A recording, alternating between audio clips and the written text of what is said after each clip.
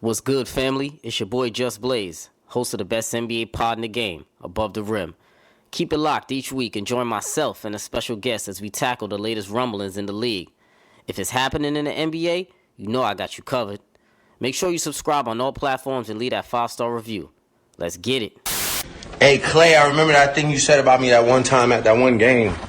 I'm gonna let it slide, though. I told Stephen I'm gonna let it slide. You didn't mean it. Huh? You didn't mean it. It's all good. When I see you wakeboarding with your friends this summer in Quicksilver shorts, it's gonna be all love, I know. You didn't mean it. Huh? You can rewind it and go back, and I said, if you get the 3 Ball brothers, you're gonna survive this. You let them go, oh, it's gonna be a cold day in hell. Talk about it. You are now tuned in to Above the Rim. Welcome, family, to another edition of Above the Rim, episode 98. Brought to you, as always, by your honorable host, Justin, a.k.a. Just Blaze. And joining me this week, one of my guys that I've connected with in this sports game a while ago, for a while now. He's been on 2 episodes of Above the Rim previously before, back in the days. I believe it was episode 11 and episode 41. Somewhere in the 40s he's been writer for Basketball Society, also the host of Scoop B Radio Podcast, the homie, Brandon Scoop B Robinson. What's good, big dog? Man, trying to find some way to get some sleep, make $1 out of 15 cents, and stay awake all at the same time. What's going on, G? I hear that, man. I'm chilling, man. You know how everything is, man. You got the hustle and the grind, the hustle and bustle, man. So I appreciate you giving your time tonight, brother. Of course, we family, no other way. Yes, sir. Appreciate that. And, family, I got to tell you, though, y'all think I get shit thrown my way on Twitter from some of these clowns out here. Because I get a lot of flack thrown my way. But this man right here gets a lot of heat thrown his way, but throws the heat back in a respectful manner. So I got to give you love on that, Scoop. Thank you, man. I mean, but the crazy thing is you hate and I'll be right. What's up with that? I see if I was wrong. 9 times out of 10, I'll give you 9.5 out of 10. I'm right. Talk about it. They hating when the man is right. They hating. They wait for me to be wrong. They wait. That's okay. That makes me want to work harder and go. And to be honest with you, just work smarter. You know, make some mistakes and getting some kinks out. But information and writing and podcasting and all that good stuff is par for the course. But when you own your own platform, you can't be fired. And I'm doing what I'm doing. Scoopy Radio's making waves. 100%, man. Most definitely, fam. Applaud you on that. And family, as always, you can find Above the Rim anywhere you listen to podcasts: iTunes, Stitcher, Google, Spotify, YouTube. The guys over there at lineups.com as well. To get in contact with me, you can always hit me up and follow me on Twitter at JustBlaze_513. That's JUSBLAZE _513. IG is JustBlaze513. On Facebook, search Above the Rim Podcast. Email the show as well. You already know, Above the Rim NBA Podcast at gmail.com. Call up to talk about a line with voicemails. Got something to say, got some feedback for Scoop, feedback for me. Leave a voicemail as well, 908-718-1592. And Scoop, tell the family where they can find you, brother. Subscribe to the Scoopy Radio Podcast, available on Spotify, Apple Podcasts, Google Play, TuneIn app, Stitch app, or simply by visiting scoopbradio.com. Scoopy Radio got 3.5 million streams last year on all platforms, and I believe it was like 2.5 or 2 million in the year before that. And subscribe to me on Twitter at Scoop B, Instagram and Snapchat at Scoop_B.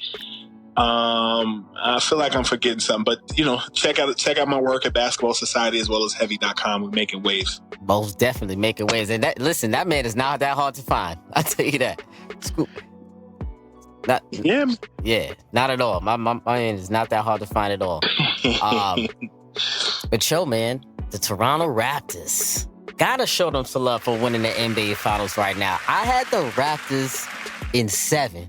They did it in 6. I wasn't mad at it.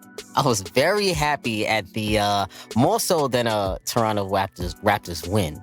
It was a Golden State Warriors loss. That made me happy more than other. But you got to show some love to the Toronto Raptors. They beat the Golden State Warriors in 6 games. Kawhi Leonard was NBA Finals MVP. No surprise there. He's now the only player in history to win Finals MVP in the Eastern Conference and Western Conference. I believe Kareem did it as well, if I'm not mistaken. He might be the only one, but Kawhi Leonard balling in this NBA Finals. So let's get into it a little bit. Factors that decided the NBA Finals right here.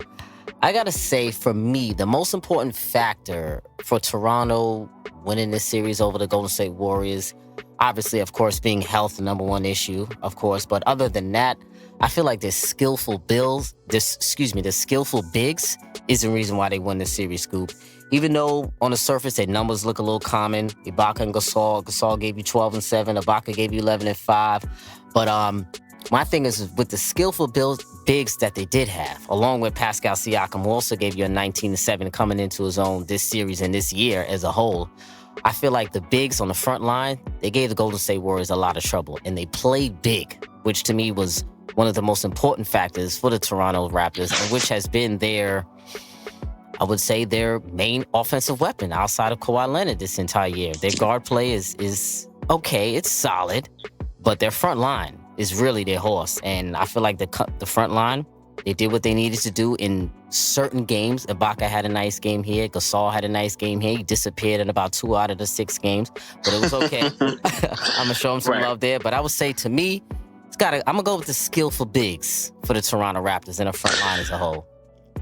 Well, I definitely think it was a collaborative effort. To be honest with you, when you look at the trade that the Raptors made to get not just Marc Gasol, but I think the trade that they did to get Kawhi Leonard, it all came together. Mm-hmm. Most teams aren't able to gel like that with big, impactful trades like that. But I also got to give credit to somebody who's not even played in the Eastern Conference, LeBron James. He went to the Western Conference, left the Eastern Conference, and then here we go. But, I'll tell you what, I think that even though Toronto Raptors won this season, I think an improved Milwaukee Bucks are going to make things a lot more difficult next season. Oh, yes.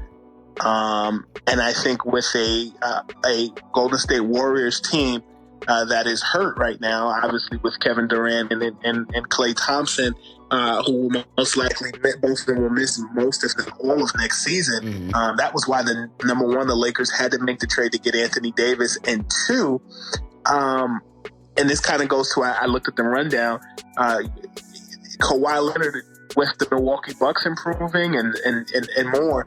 This would be a chance for him to get a back-to-back ring if he were to go to the Lakers, because on the Lakers, you're saying, not on the Raptors. I'm skipping around, but what I'm going to say to you is I think next year is Milwaukee's time. Okay.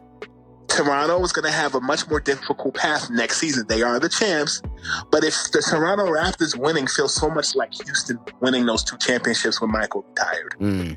That's a very fair assessment. 100%. Like you said, with LeBron James leaving the conference, it opened the door supremely up for them. But I mean, I feel like they did have to do the move to bring Kawhi Leonard over here, because their time was they basically met their ceiling with DeMar DeRozan as their leader. Not to say anything about DeRozan, he's all right, he's a very nice player, but Kawhi Leonard is most definitely an upgrade and was worth the risk, in my opinion. Even if he leaves at the end of the season, I still believe he was worth the risk of making that big gamble that Masai Ujiri did. So with that being said, and like how you said, not that the East is open, but the Milwaukee Bucks are definitely on the rise next year and will be one of the top contenders, along with the Philadelphia 76ers, depending on what they do this summer. Boston Celtics are in a little bit of turmoil, so we'll see what's going to happen over the summer. So do you think winning this title in Toronto, in the 6, with Kawhi, do you think it increases? You think winning the title increases his chances of staying next year in Toronto, or you think it's still 50-50, 30-70? What's your gut feeling on how this title impacts Kawhi's decision this summer? I like to eat, so I won't give you a gut feeling. What I'll say is I think the Raptors have a seniority to re-sign him only because he's familiar. But I spoke with someone recently. By the time you guys hear this, a new episode of Scoopy Radio will drop, and I had Steve Kyler on this week, and he kind of discussed how he spoke with someone within the know that made a very valid point. You know, oftentimes people make the comparison of Paul George versus Kawhi Leonard staying in OKC. And here's the key difference. If Kawhi Leonard has made up his mind that he wants to go home, he is a Southern California native. And if he were to go to the Clippers or the Lakers, right? Mm-hmm. No matter what Toronto does, Toronto is not home. California is home. Sure. So if you know home is home, why would you change your mind? Paul George is from Southern California, from Palmdale, which is in Los Angeles County. Mm-hmm. And they convinced him to stay based upon the relationship that he had with Russ and whatever other factors played a part in it. And at the end of the day, he was convinced. Now, it goes back to that point that I made about will he stay, or, you know, the difference between, you know, Paul George being convinced and Kawhi being convinced. Number one, I think Kawhi has more help. But I also do think it's going to be interesting, the Marc Gasol part. Yes. If Kawhi... important. Yes, because if Kawhi leaves, it could be a plausible argument. So does Marc Gasol. But if Kawhi stays, Gasol could stay because you want to, you know, defend your crown. So I think it's very interesting. And I believe you said something about Portland. Portland, you said sneaky Portland? No, I said that's sneaky important about Gasol this summer. Oh, yeah. That's very sneaky important, yes. And I think that when you look at that situation in Toronto, like, they really could defend their crown. Yeah. But like I said before, Milwaukee gets better, especially if they find a way to keep Brook Lopez. The funny thing is, Brook Lopez wanted to stay in L.A. I know, and they didn't want to pay him. He left for a measly $3 million. Yeah. Yep, he should. But I hear you on that Kawhi stuff, but you know, I'm going to go to actually the other way on it, because I actually think that winning this title actually does increase the odds of him staying a little bit. I think it tips the favor, if I would say 60-40 in Toronto's scale, in Toronto's favor, because I feel like what you know is always easier to run back to. I know you got the Clippers after him. He has the Lakers after him. He has the Knicks after him. The Nets after him as well. But to me, they're all still gambles. And you don't have a relationship with the front office. He's not sure if he can trust the front office. You don't know that as well. And who knows? They definitely are being nice or extra nice to him, or going to pull out all the stops because he wants him to save their franchises, because each one of those 4 franchises are looking for him to be the savior, other than the Lakers, because they already had two superstars in place. But the other franchises are looking for Kawhi to be the franchise guy, with the same way which Toronto did. So with that being said, Toronto, Masai Ujiri, they did exactly what he asked for this year. They helped him through his rehabilitation process. They respected his privacy, low-key. They gave him a lot of privacy this year, Kawhi Leonard, in regards to free agency. They refused to talk about it a lot. They said, let's leave it until the summer. And most importantly, you went to the promised land with them already. So I feel like the moment of them winning the title this year, I feel like, and you can actually taste victory with the Toronto Raptors, and because you have a good relationship with Masai, with Uncle Dennis as well, Kawhi's uncle, I feel like Masai has a solid relationship with him. They've done everything that he's asked them to do.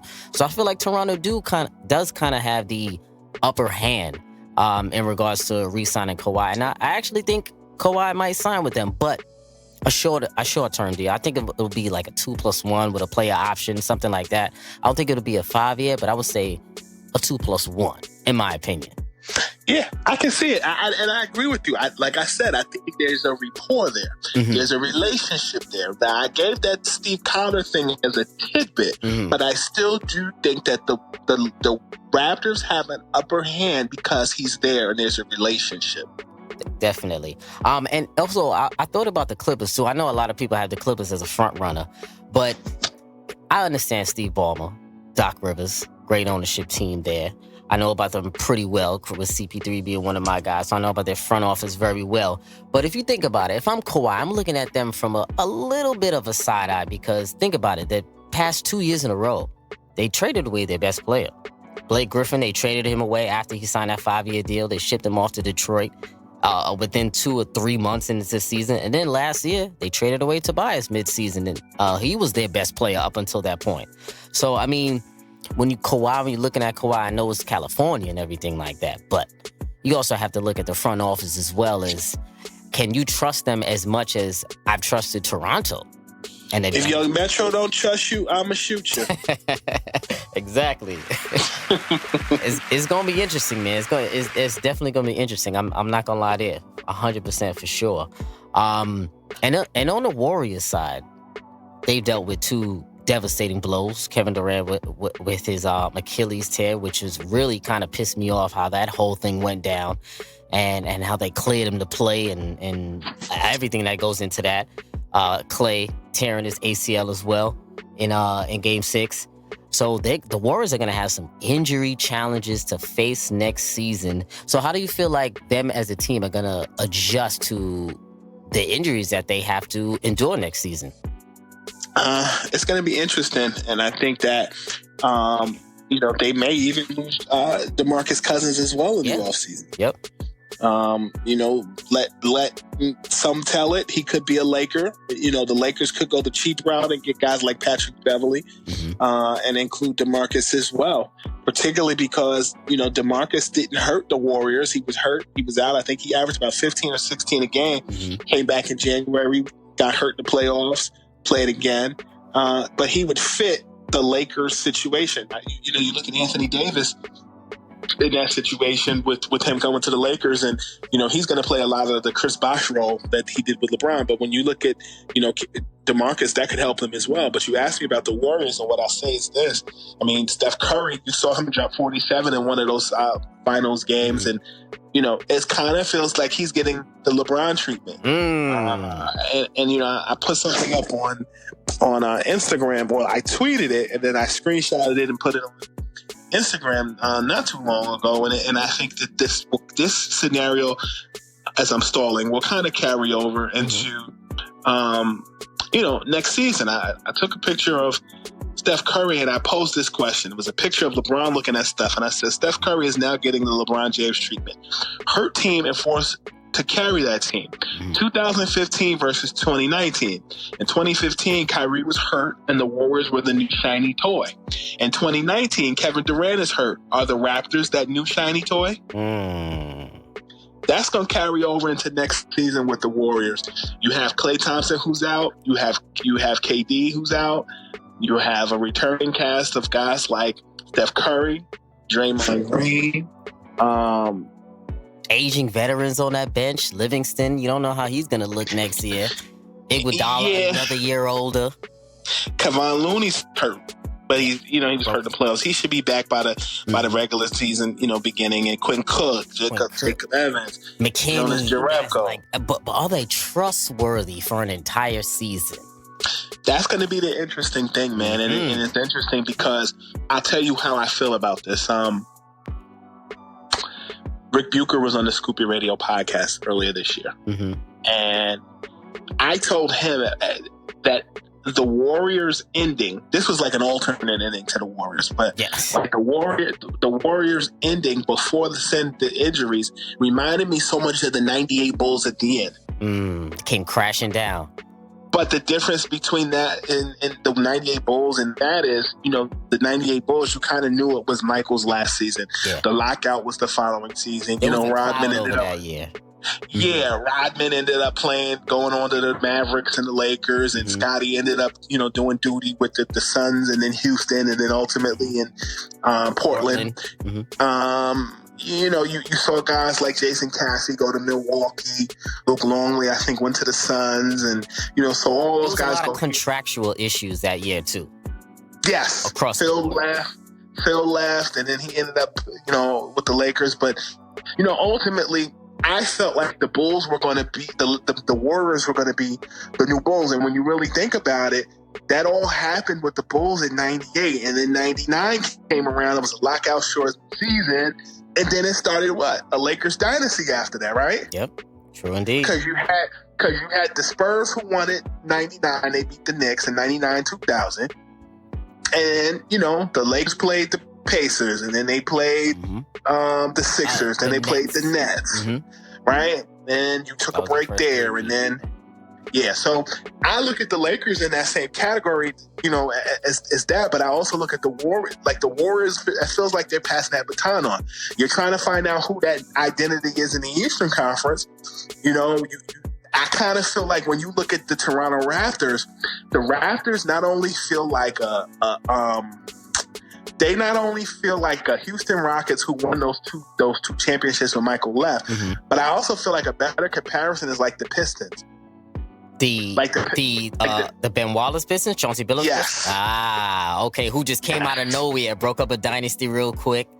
Yes. Yeah. I mean, see, now that's a fair comparison because they also won as a team unit as well with Larry Broadnet coaching, and they took down the Lakers, who were supposed to and projected to win that series. Yes. It was the powerhouse. So I like that comparison, 100%. I like that.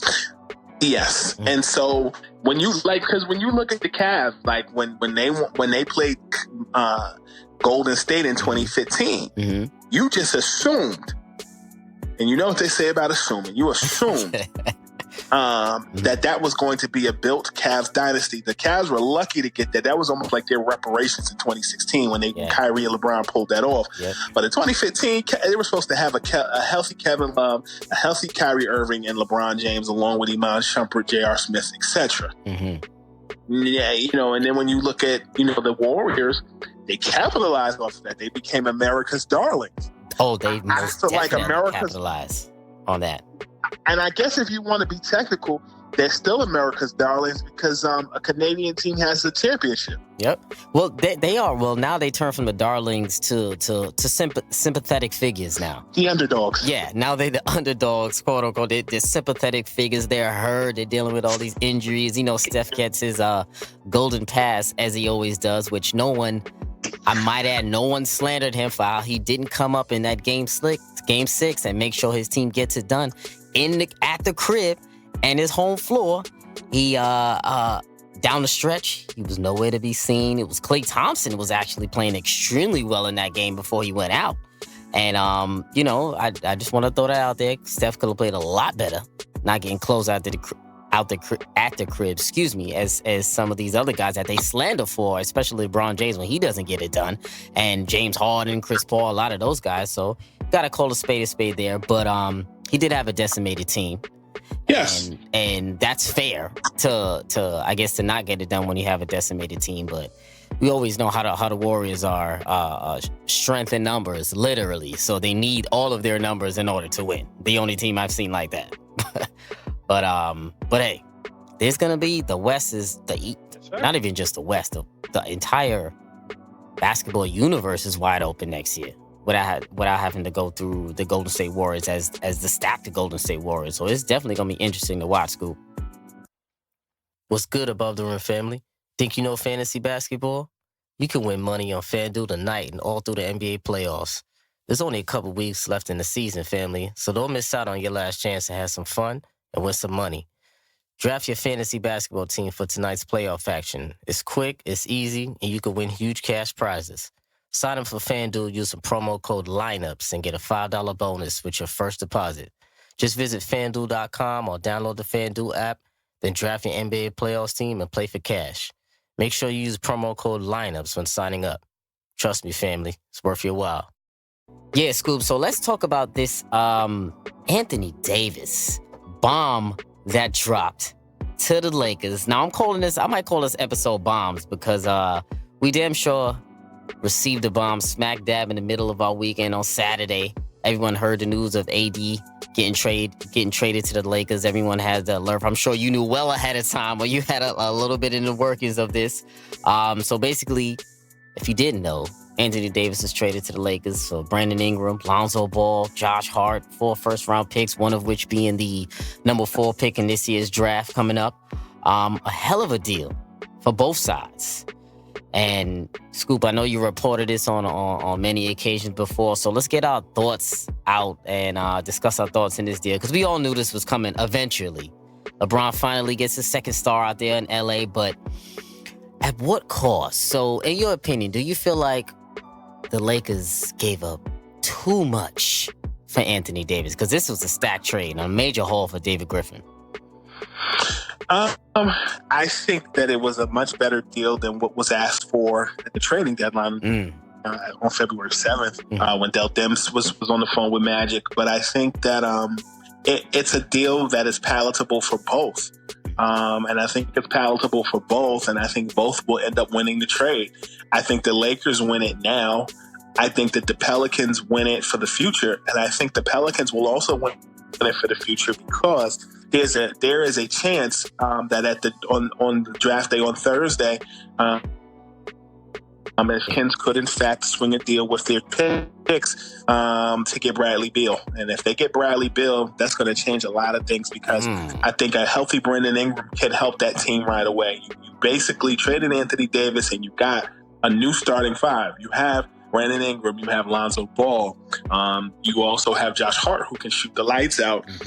You assumedly have Zion Williamson, who's going to grow with a young squad. Yes. And I think that, Bradley Beal will have a team that's built around him because that Washington situation is just toxic. It has been toxic all season and has been very underreported that it's toxic. So I think that the Pelicans for the future will win. The Lakers in the next 3 to 4 will win. And I think that the Lakers still managed to do all of that with extended cap space, which is pretty daggone good. I think it'll be interesting to see, what happens. But I definitely think, like I said, it benefited both teams. And I also think that Anthony Davis and LeBron James, they got their wish. I think that they wanted this. It depends.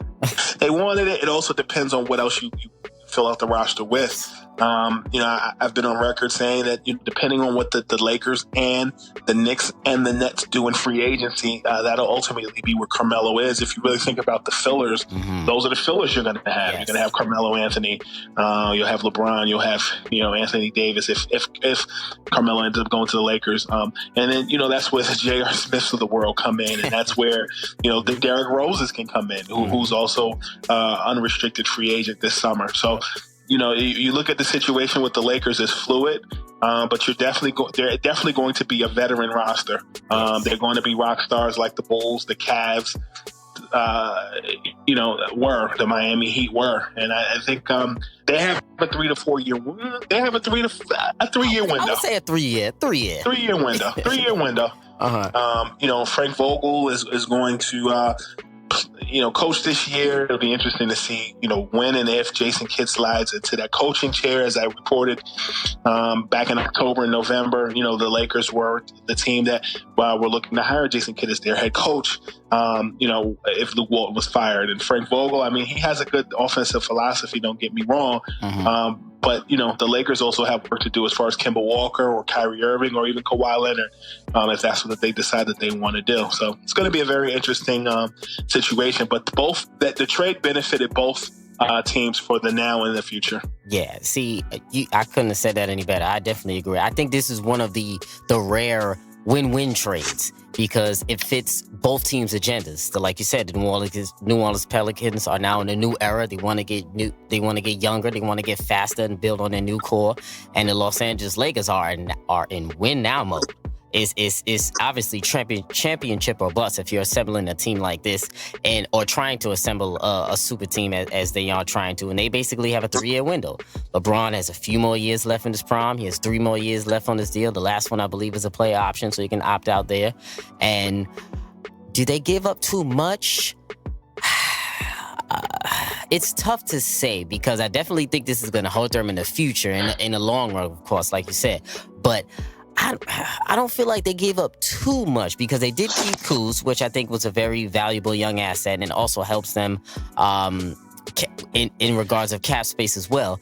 But my only issue is giving up Lonzo. I feel like I have an issue with a little bit with the Lakers giving up Lonzo because I think he's a very good, solid young point guard. And young point guards that are 6'6", defensive-minded, pass first, very high IQ point guards. Granted, he has to score a little bit better, but I still feel like he was a nice fit next to LeBron James and also would be one of the few guys who LeBron James would trust to run the offense with Anthony Davis there as well because LeBron James does have a tendency to play LeBron ball a lot, and then Anthony Davis might become an innocent bystander and does get into that Chris Bosh role, which I think would be detrimental to how they play if they want to play to the best of their abilities. But depending on how they fill out this roster, I think they should use that cap room that they do have left and spend it on quality, high-end role players rather than going after a star like a Kemba, like a Kyrie, like you're saying. To me, if I'm Rob, I'm Genie and those guys, I'm saying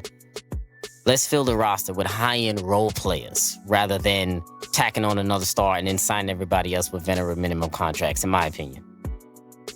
Yeah, I can see your perspective, but I also think this is LA, and what does LA produce? Superstars. True, but they have two. Yeah, it's not enough, huh? And I think they technically have 2.5 because I think Kuzma's going to be a good role player that could play into that position. Mm-hmm. But I do think that with the Lakers, I think that certain usual suspects are going to find their way. Just like wherever Michael was, Ron Harper came, Robert Parrish came, John Sally came. Mm-hmm. Certain guys are going to be those role guys that are going to find their way. When LeBron, I read this stat the other day. The number is 42. Mm-hmm. The number of trades that have happened while LeBron has played for the Cavs in both stints, mm-hmm. and the Miami Heat and the Los Angeles 42? Lakers have been 42 trades in his career. That's a lot of 42? Yeah. Damn, every year he does that mid-season reconstruction that he does every single year. Damn, but 42, that's a lot of trades. That's a lot. And he's had a semi-hand in majority of those trades. Not necessarily wheeling and dealing, but has had a little nod over to the GM like, I accept one of those deals. That's a lot of deals, Scoop. That's a lot. It is. So, you look at Ben Wallace, you look at all those different things. So Shaq has played with a lot of different players throughout his career. And when you really look at it, Shaq has played with a plethora of 90 stars, early 2000 stars, and late 2000 stars. And when you look back on him, he's going to have like the Jalen Rose effect. Yeah. Jalen Rose played against LeBron. He also played against Shaq and Michael and got 81 scored on them by Kobe. And I mean that in a respectful way. I know Jalen, I ain't trying to play him. But, at the end of the day, LeBron has played with everybody. I mean, Shaq's kids are calling him Uncle LeBron, and Dwayne Wade's kids are calling him Uncle LeBron. He's been around a long time. And so now, I've been saying this for a long time, he's now got to fill this role the same way Dwayne Wade has. And I'll take this again and say, when LeBron came to Miami, at first it was Wade's team. Wade told him the next year, this is your team, take over. And he did that. Now LeBron's got to pass the torch on to the next person. And it'll be interesting to see for a guy that many feel as though he's too selfish. LeBron's got to be a scorer. He's also got to be a distributor. And when you look at that Lakers team, I feel like somebody like Kemba would benefit them because he's been stifled for so many years as being the it guy. If LeBron is basically playing that point forward position, Kemba can play off the ball more. Mm-hmm. But can you trust LeBron to play a point forward position the entire game? See, in my opinion, I don't feel like LeBron can do that for an entire game because he does still want to get his 25, want to get his 30. Not that he has to work that hard to get it, but he still requires shots in order to get those. And at times, he can facilitate the offense a little bit too much when somebody like Kemba Walker, he's a rhythm player. You got to give him touches. You got to be able to let him cook. You have to be able to let him take a few extra shots in order to get his rhythm. Anthony Davis as well, even though he's the big man, he scores inside. I feel like Kemba wouldn't be the greatest fit because he can be a primary ball handler as well. And then it does turn Anthony Davis into that Chris Bosh role. And I feel like he's a little bit better than that, or he can bring more to the table. And I feel like that might be suppressing Anthony Davis's game in a way, because this guy's a 25 and 13 a night guy, easily 3 blocks a game, 100%. So, I mean, I feel like LeBron, what I wanted to see last year from LeBron was more of an attacking mentality, or more of a scoring mentality from LeBron, which I wanted to see, which I didn't fully get last year with the young guys. But with Anthony Davis, like you said, he probably will eventually have to take a step back because it's pretty much his last couple of years in the league now. His prime is winding down, and giving Anthony Davis the spotlight and the reins of the Laker franchise. But Anthony Davis is also an injury-prone big man as well, Scoop. I mean, he's also has missed some significant time due to injury. He's never had a deep playoff run, but we know he's definitely easily a top 10 player, top 8 player, maybe top 5 on some people's list. And I think Anthony Davis actually has a lot to prove in his time coming up with the Lakers and his pairing with LeBron James. I actually feel like there is a spotlight now on him, which there was before in New Orleans, Scoop. Yeah, I mean, I think when you look at Anthony Davis, him leaving New Orleans was a transcendent moment, just like when Shaq left Orlando and came to LA. Mm-hmm.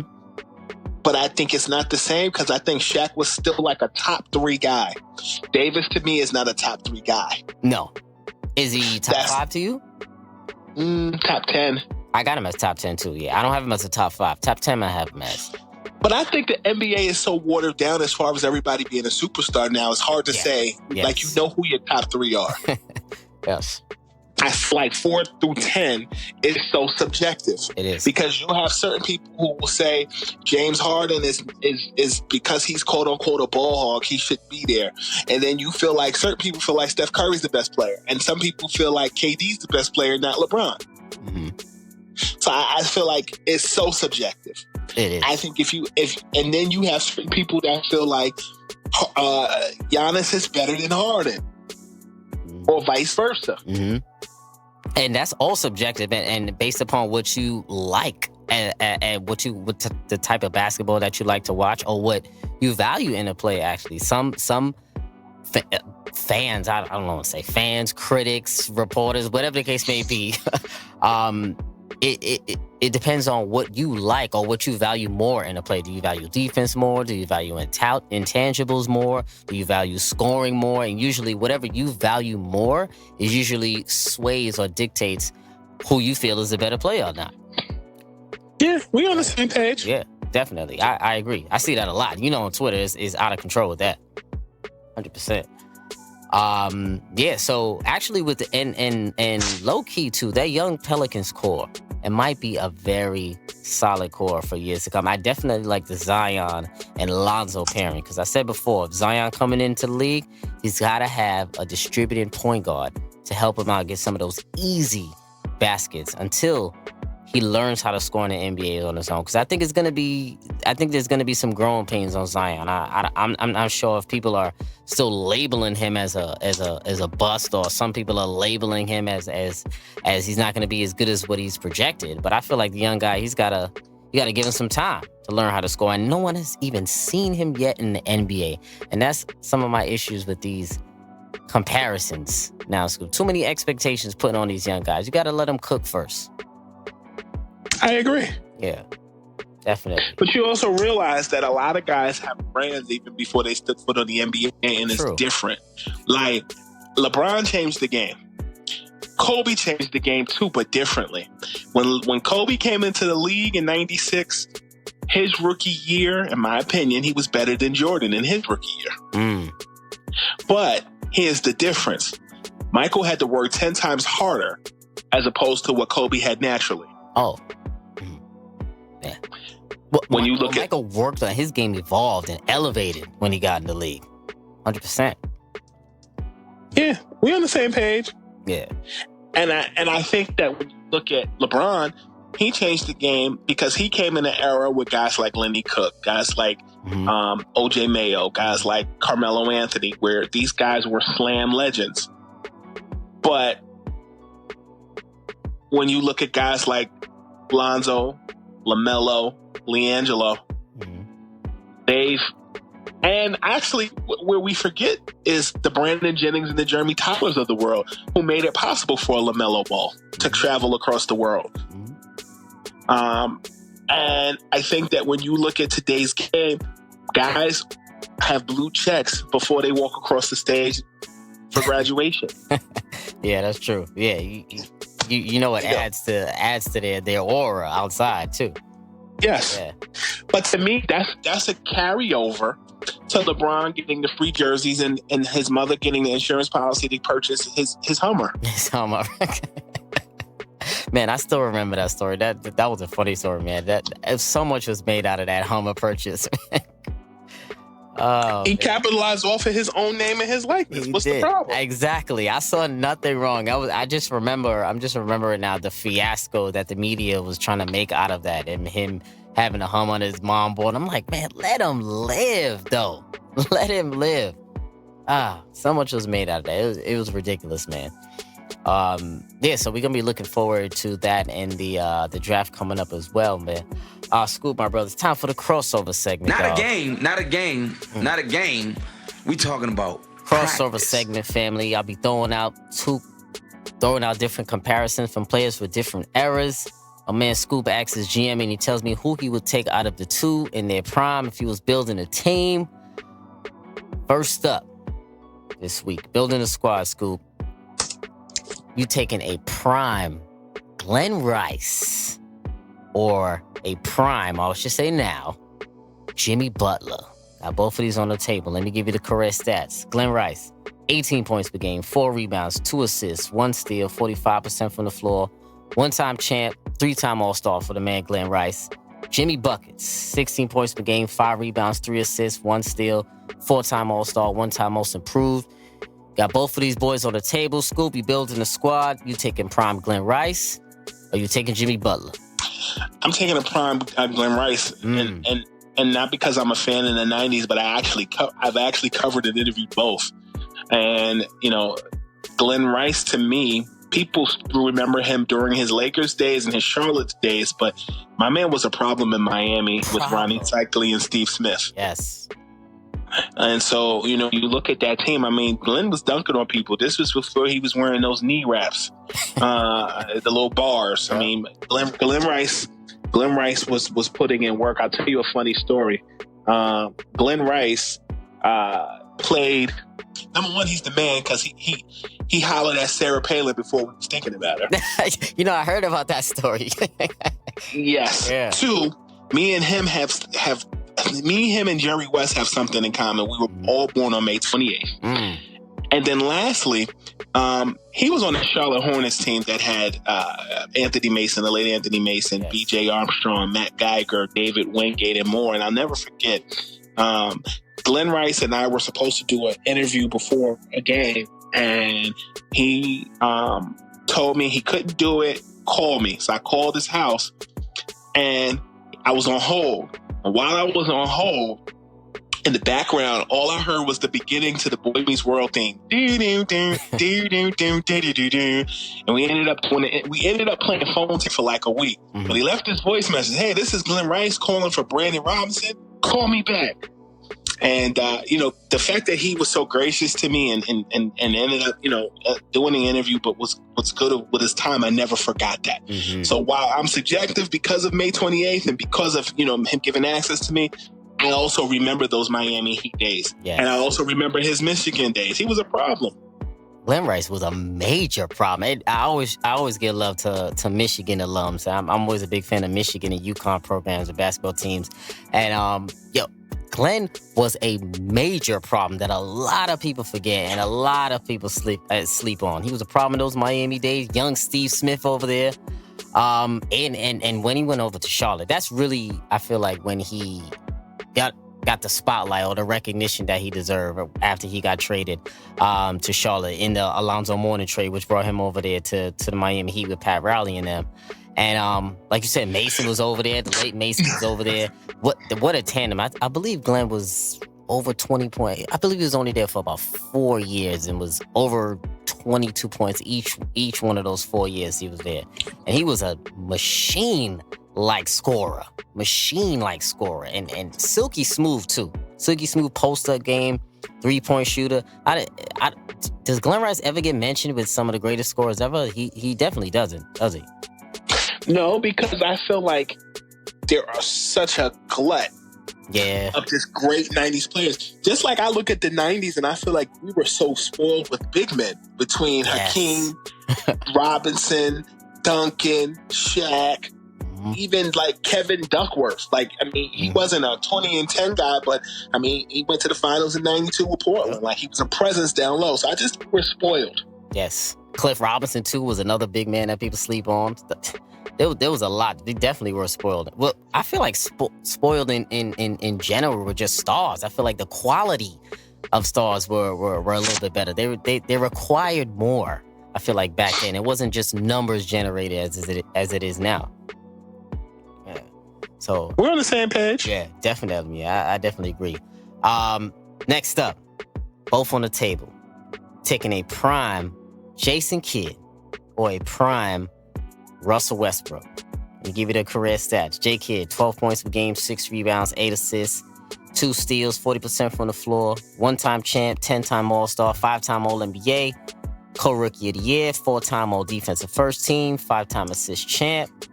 Russell Westbrook, 23 points per game, 7 rebounds, 8 assists for his career, 1 steal, 43% from the floor, 1-time MVP, 8-time All-Star, 2-time All-NBA First Team, 2-time scoring champ, 2-time assist leader. Got both of these brothers on the table, Scoop. Russ, J. Kidd, building the squad. Who you taking? Jason Kidd. Easy. Yep. Tell me why. Because I think that it wasn't necessarily the fact that Jason Kidd scored less points than Russell. Mm-hmm. It was how much he made teammates better around him, and how much fun or how much of a magnet that he was. I like Russell, but he and KD didn't work out. Mm-hmm. Neither did KD, Russ, and James Harden. James Harden was more contractual issues. But, Jason Kidd was really fun to watch. But then I say that about not working out, and then I look at Jimmy Jackson, Jamal Mashburn, and Jason Kidd not working out, and they say it was over Tony Braxton. But when I look at that situation with Jason Kidd, we were spoiled, man. We got to watch greatness in motion, and I think he was the extension of Magic after he retired. But the thing about it with Russell is this. I recently emceed a function that honored Oscar Robertson. I don't think Oscar Robertson gets the appreciation that he's due. Obviously, we didn't watch him because we weren't even born yet. We were just walking with our daddies at that point. Yeah.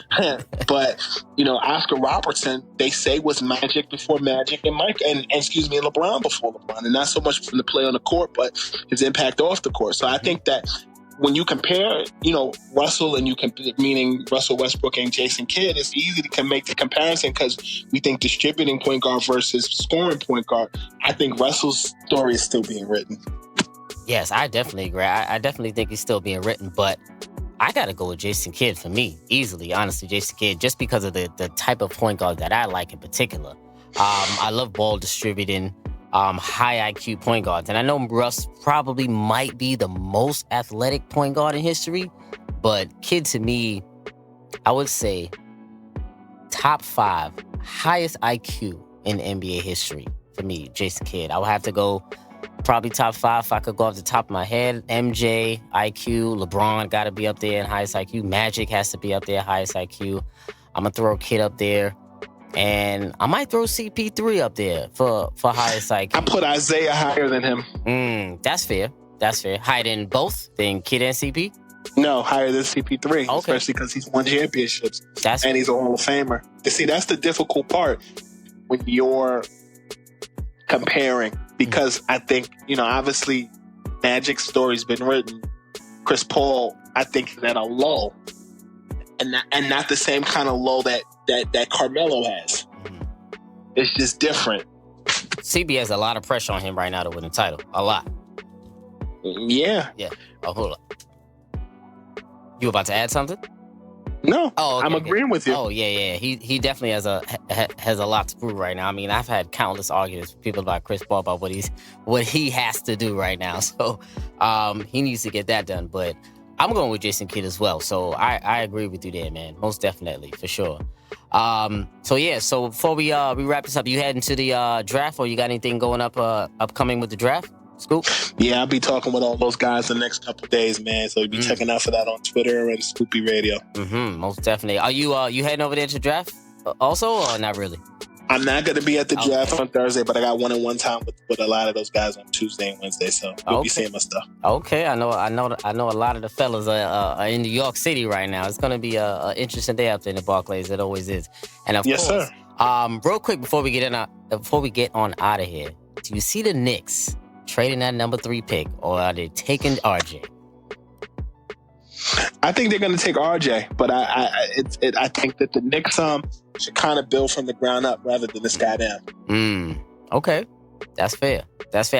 I feel like they need to take RJ with that 3rd pick. I don't know why it's even in the air that they were trading the number 3 pick, unless it was for a bona fide star. But we know Anthony Davis is off the table. A lot of guys are off the table. So nobody else on the table right now I feel like is worth trading that number 3 pick since AD is gone right now. So it'll be interesting with the Knicks, and they better make the right decision because it's New York. We'll see how that goes. Yep. Yeah, for sure. Scoop, my brother, appreciate the time coming through, pulling up on Above the Rim for episode 98, my brother. It's always a pleasure when you come through. 98 was a good year. Glad I could make it. Make that happen, man. It damn sure was. Yes, appreciate you coming through, my man. And family, make sure you go out and check out our Scoopy Radio on all platforms. It's everywhere. I told you that man is not that hard to find. Most definitely. So make sure you go highlight that, man. Scoop, I appreciate you, man. Appreciate you, my man. I'll talk soon. Of course, my brother. And family, that's Above the Rim, episode 98. And we out.